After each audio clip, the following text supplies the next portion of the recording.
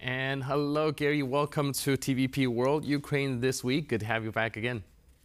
Thank you, Bentley. It's always great to be on TVP.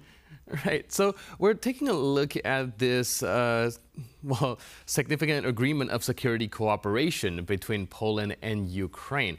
Now, the Ukrainian president himself calls this a very ambitious plan, as it does seem pretty beneficial to one side of the party. Can you help us understand and unpack just how ambitious of a plan we're actually looking at? Well, I tend to agree with President Zelensky on it. It is very ambitious. There are a lot of things going, including anti-terrorism, including training, including exchange of experiences, and including disinformation acts. All kinds of things there, including the weapons development and joint ventures. This is, I think, even if 50% of it would be fulfilled, I still think it would be a great deal of local, regional security to include Poland into it. It won't be just for Ukraine. And as when I was stationed in Poland, I knew that the concern of many Polish citizens was that what's going to happen to Ukraine. There's too much influence, Russian influence in Ukraine, and it was of great concern to the Polish people, which I think they're now expressing in that agreement. I will never get tired enough to repeat that Poland is the best strategic ally of Ukraine. Poland is one of the pivotal or key countries in NATO and European Union, and it has proven to be one. So Ukrainians don't have a better friend than Poland, in short. Right, and like you mentioned, Poland is a pillar of the NATO military alliance. So this draws me to the whether or not there's a possibility of this training being able to enhance Ukraine's interoperability within the NATO system. In other words, do you think that these training will actually help Ukraine down the line, not just with this current situation in Russia, but maybe make it more uniform to eventually join NATO if that's the aspiration? Absolutely. Again, I know you guys always mentioned that I was chief of staff for the NATO representation in Moscow in Russia, but I'm also very honored that I was part of a great team in the early 2000s that transferred and converted Ukrainian military to the NATO standards, including bringing F-16s, the original F-16s, to Poland. So anytime you have this kind of exercises, anytime you have a joint ventures or joint training, that not only helps you to get closer to NATO, but it's also the compatibility between the forces. So they know what you're doing and you know what they're doing, and you become this one part of the bigger machine that understands how the other parts of that machine function. So this is why the training and exercises, that's what they're intended to. So everything works smoothly. Of course, in the wartime and the fog of war, things don't work out smoothly. But nowadays, Ukraine is probably the only country that has the most experience to fight the Russians. I almost said the Soviets, but the Russians. And I think that is the experience that cannot be ignored by any of the countries, including the United States. So I think it is very beneficial for Ukrainians and for the rest of us in the NATO alliance. All right, very much so. Like we were mentioning earlier, there were talks about this deal being very unilateral, which means Ukraine mostly stands to benefit. But I think you rightfully pointed out the fact that the experience of having dealt with Russian forces for such an extended amount of time would actually be able to also benefit the rest of NATO as well. That is something that is, of course, going to be very beneficial going forward. But I can't help but also look at the organizational aspect of this. Like you mentioned, even if this whole plan, only 50% of it is carried out, is still going to be very ambitious and very amazing already. However, organizationally, do you see that being a hurdle, being able to coordinate all of that? Yes, of course. Primarily, as always, it's going to be the funds. Who's going to finance all those things? Because some of them are extremely expensive. Some of them are, friendly, and we just fly over and shake hands and award medals to each other. But some of those projects that are in this agreement are very expensive. So who's going to put up the bill. And I think it would be unfair if only Poland pays for it, because again, my strong belief, Ukrainians paying the highest price to keep this evil and this culture of death from the rest of us, but the rest of us need to take a more active role in it, such as Poland does. Follow the Polish example or Polish lead in this. So who's going to pay for it? And second, of course, it's going to be that some of the countries or the administrations of those countries are not will be afraid, or will say, okay, well, we don't want to escalate because this is part of the escalation. This is part of the thing that will upset Putin, and he's going to be more aggressive. We want to scale it down. We want to calm that down.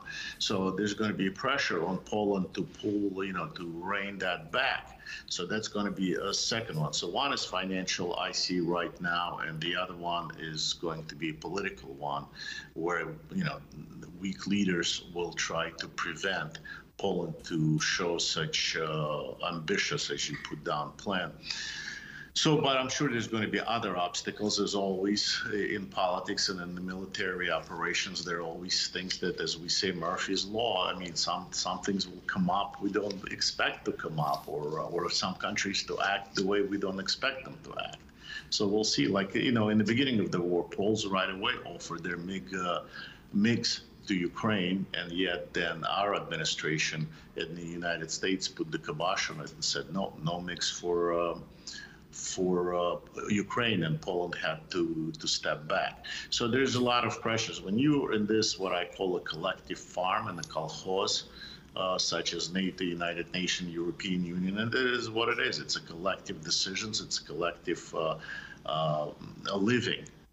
Like in a condominium, so you have to sometimes obey by the rules that somebody else set up. Right, and sometimes pay the administration fee too as well. And of course, we're talking about some countries wanting to avoid a little bit of escalation that could be due to political reason. It could actually be even due to economical reasons. One could very much affect the other. How do you see this negotiation going forward? Well, again, I don't see, because you're speaking to a military man who's right now in Ukraine, now witness Ukrainians being murdered every day, children, women, civilian population, destruction of infrastructure. For instance, right now there's no electricity for days already. For a couple of hours they put it on. And the heat is exhaustive. So older people suffering a great deal, kids, sick people suffer a great deal from it. The country is paralyzed because you can't function without electricity. So I think that the way to negotiate is to say, listen, you're going to stand by and watch the nation be destroyed. You're going to stand by and watch another ghetto, except on the size of a country, being killed, innocent people being killed by another Hitler of Europe. We can't do that. Not even, and as you say, there's a lot of politics and there are economical interests in it. But we also have to consider how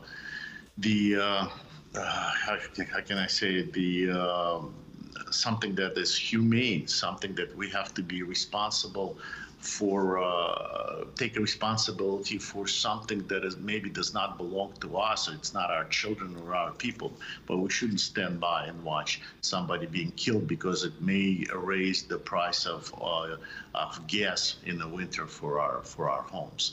It shouldn't be. There should be compassion also taken into consideration, and an unfair fight. I guess that's my view. All right, the Western alliance were formed under the value of protecting this democratic freedom in the first place anyway. So it is, like you said, very important to uphold that. We do see, however, a lot of geopolitical earthquake when it comes to these Western allies, and we might also be looking down on some changes in Washington, D.C. Are you more optimistic about this project being able to be carried out, at least to some level of capacity going forward?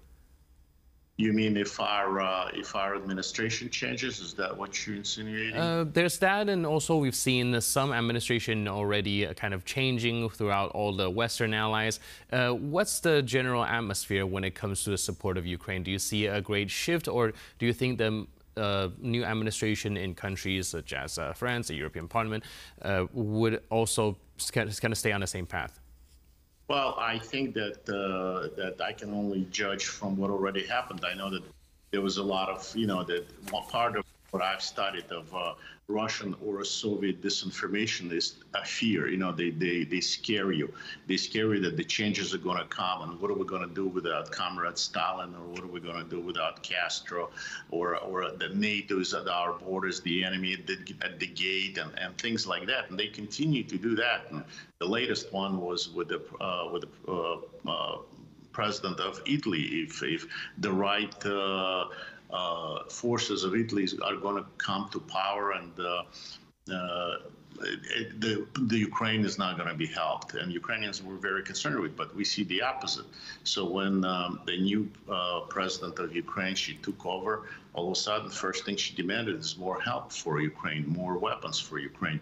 So in the United States, things haven't changed really much, because we have a lot of people don't see it or don't understand that in the United States, the president is the president, but the American people is the Congress. And the Congress, from the very, very beginning of the war, actually from 2014, when the United States Congress authorized lethal weapons for Ukraine, the administration, Obama administration, put a veto on it and embargo, so the Ukrainians couldn't even purchase weapons from anyone, lethal weapons. So now, the American people, the Congress, wanted Ленд Лиз.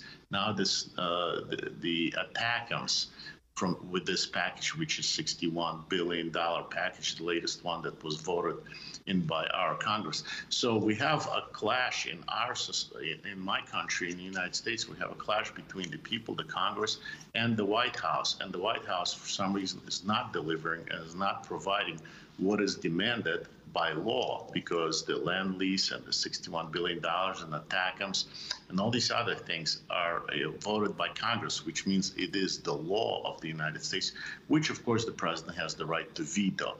And this is what the White House is doing. So are they changing? I don't see it, because we still don't have anti-missile defenses in Ukraine. Why isn't that we don't have anti-missile defenses in Ukraine? Again, there's supposed to be some Patriots coming in. There are 3 batteries of Patriots or 4 batteries of Patriots here in Ukraine. Another one's supposed to be coming from Greece. And I don't understand it, because we have plenty of Patriots in our country. Same thing with the F-16s. They're supposed to be coming last spring, last summer, last winter. Now it's the end of this summer. And again, they're coming from Denmark and Netherlands. Why? We're taking F-16s off of our stocks. They're not anymore on active duty. So why can't we provide F-16s? So all these questions that I have, and again, why can't we provide Patriots and missile defense? Again, to compare it, Israel has 13 batteries of Patriots, including their own Iron Dome and other anti-missile defenses, in a country that is the size of Kiev, of the Kiev region, which is small. And Ukraine, this huge European country, has 4 batteries. And that's why the Russians, of course, are bombarding and destroying and wiping off the cities off the face of the earth in Ukraine. And we're not providing what is needed and what was promised and what was demanded by the American people. So it is strange. It is very, very strange why it is my administration in the United States acting like that. Right, so it does seem like even though this joint project does shine a little bit of light, the logistics and carrying it out is still going to be a challenge going forward. So we'll have to see what happens. Meanwhile, thank you so much for your input and insight. Thanks again for being with us on Ukraine this week. Appreciate it. Bye-bye.